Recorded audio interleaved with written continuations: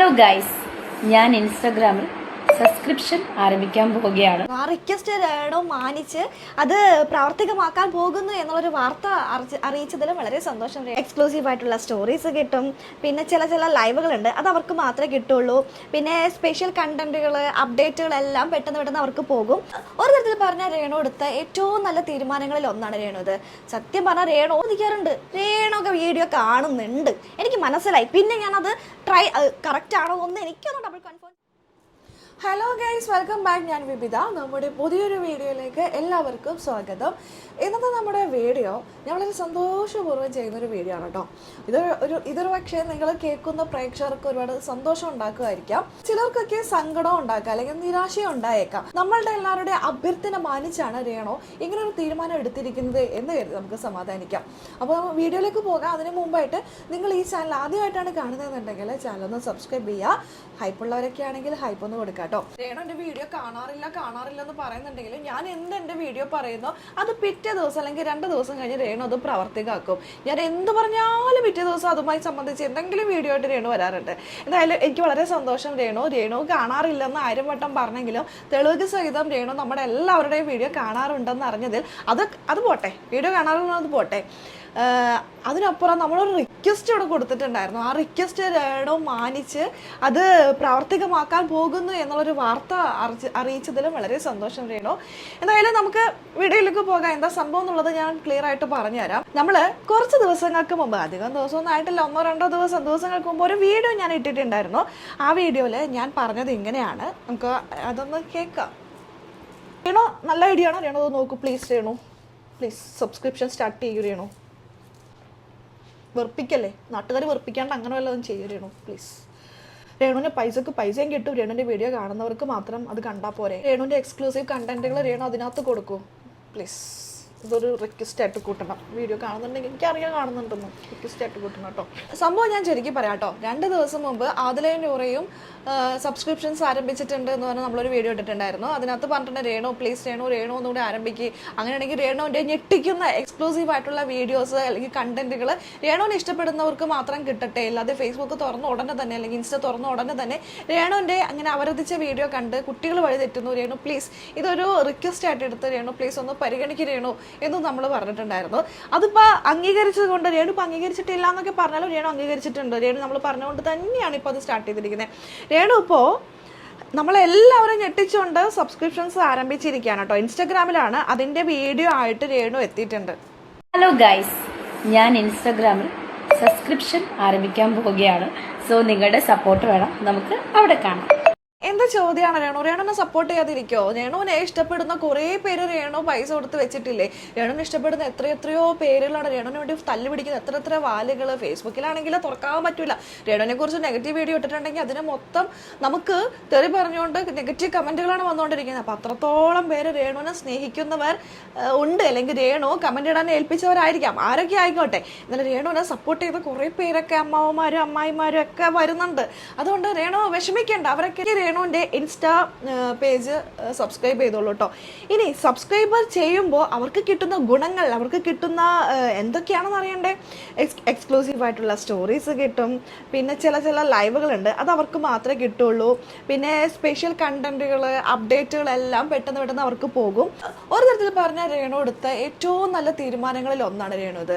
സത്യം പറഞ്ഞാൽ രേണു ഇത്തരത്തിൽ തന്നെ പോവുകയാണെങ്കിൽ വേറൊരു രീതിയിലൊക്കെ രേണുവിൻ്റെ കാര്യം പോകുമായിരുന്നു.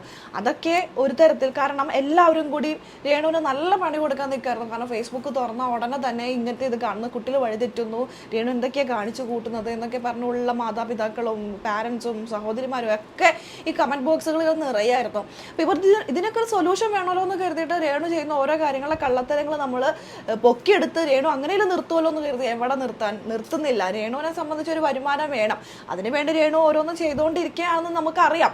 പക്ഷേ എന്ന് കരുതിക്കൊണ്ട് ബാക്കിയുള്ളവർ എന്തിനിത് സഹിക്കണം? പാവങ്ങൾ എത്ര പേരാണ് ഈ കമന്റ് ബോക്സിൽ കിടന്നിട്ട് രേണുവിനെ ശമിച്ചുകൊണ്ടും രാഗിക്കൊണ്ടും തെറി പറഞ്ഞുകൊണ്ടൊക്കെ കമന്റ് ഇടുന്നത്. അവരുടെ നിസ്സഹായാവസ്ഥയാണ്. ഇതിനൊക്കെ എന്താണ് ഒരു പോംവഴി എന്ന് സത്യം പറഞ്ഞിങ്ങനെ ആലോചിക്കുമ്പോഴാണ് രേണു ഇപ്പം കഴിഞ്ഞ ദിവസം ഇങ്ങനെ ഒരു വീഡിയോ ആയിട്ട് വന്നിരിക്കുന്നത്. ഞാൻ ഇൻസ്റ്റാഗ്രാമിൽ സബ്സ്ക്രിപ്ഷൻസ് ആരംഭിച്ചിട്ടുണ്ട്, എന്നെ സപ്പോർട്ട് ചെയ്യണം കേട്ടോ. തീർച്ചയായിട്ടും രേണുവിനെ സപ്പോർട്ട് ചെയ്യാൻ താല്പര്യമുള്ളവർ ദാ അവിടെ പോയിട്ട് കൊടുക്ക്.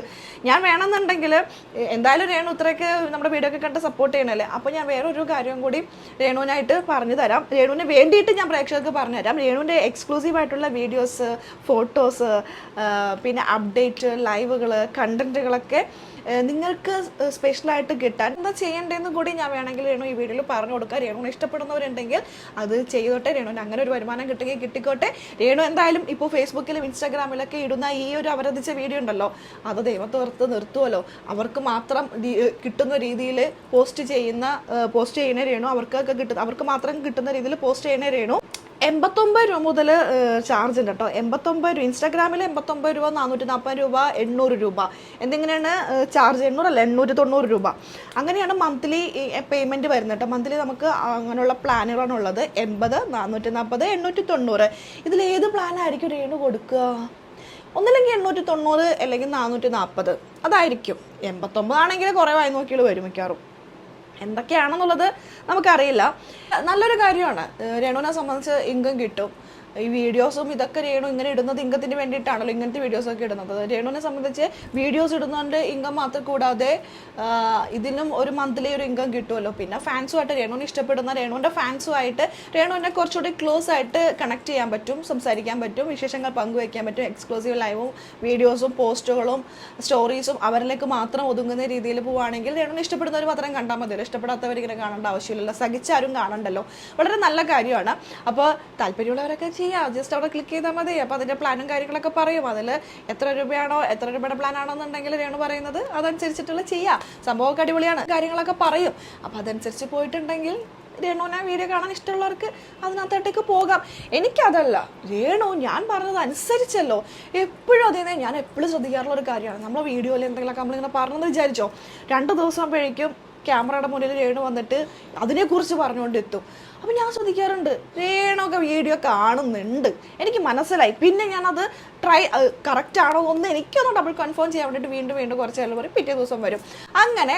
അങ്ങനെ കുറേ പറഞ്ഞു അനുമോളുടെ വീഡിയോ ഒക്കെ ഇട്ട് നെക്സ്റ്റ് ഡേ തന്നെ പുള്ളിക്കാരി ലൈവിൽ വന്നിട്ട് പറഞ്ഞു.